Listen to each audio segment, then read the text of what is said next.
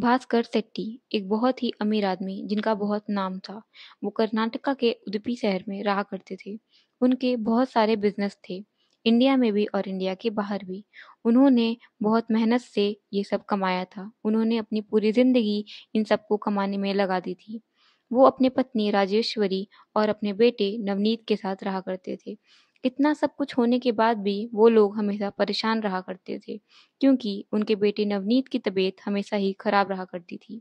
उन्होंने बहुत सारे बड़े-बड़े डॉक्टरों को दिखाया, लेकिन नवनीत की रिपोर्ट में कुछ खास आता ही नहीं था, जिसकी वजह से भास्कर जी समझ ही नहीं पा रहे थे कि आखिर वो ऐसा क्या करें जिससे उनका बेटा ठीक हो जाए।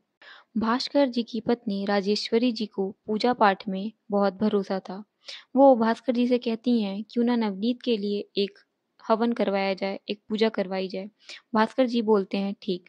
और इसी दौरान उनकी मुलाकात होती है नीरज भट्ट से, जो सबके घर हवन यज्ञ करवाता था।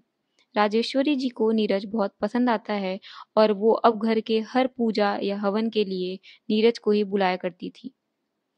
भास्कर जी जो कि अक्सर काम के सिलसिले में बाहर ही रहा करते थे, और एक तरफ नीरज और राजेश्वरी जी के बीच कुछ ज़्यादा ही नज़दीकियाँ बढ़ने लगती हैं। उन लोगों का अफेयर शुरू हो जाता है। राजेश्वरी जी नीरज और अपने बेटे के साथ अक्सर ही मंदिर जाने के बहाने बाहर रहा करती थी। वो अब नीरज के साथ ही ज़्यादा से ज़्यादा टाइम स्पेंड करती थी। धीरे-धीरे भास्कर जी को भी शक होने लगता है अपने पत्नी और नीरज पर, क्योंकि वो लोग कुछ ज़्यादा ही मिला-जुला करते थे।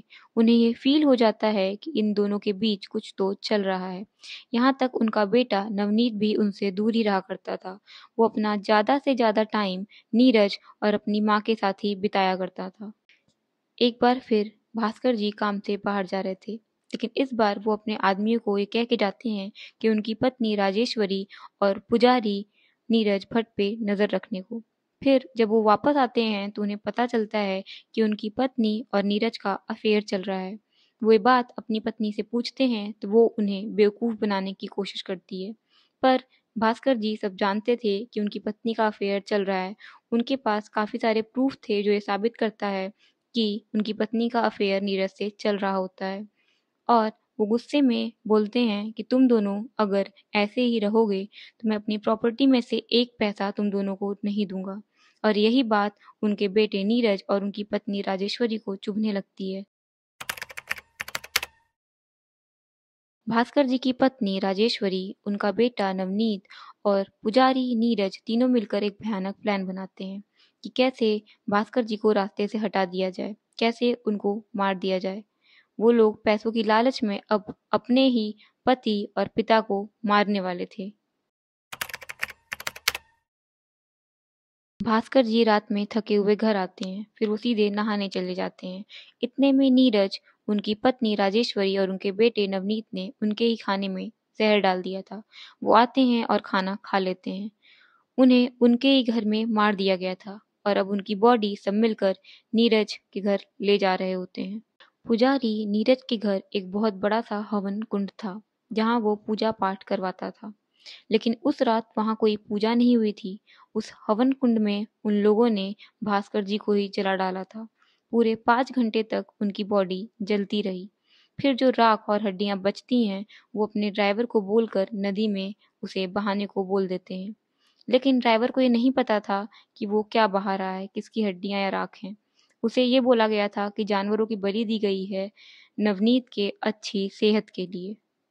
उन तीनों को लगता है कि अब उन्हें कोई नहीं पकड़ पाएगा। वो तीनों वापस से अपनी नॉर्मल लाइफ जीने लगते हैं और खुश होते हैं इस सोच में कि अब भास्कर जी की सारी प्रॉपर्टी उनकी होगी।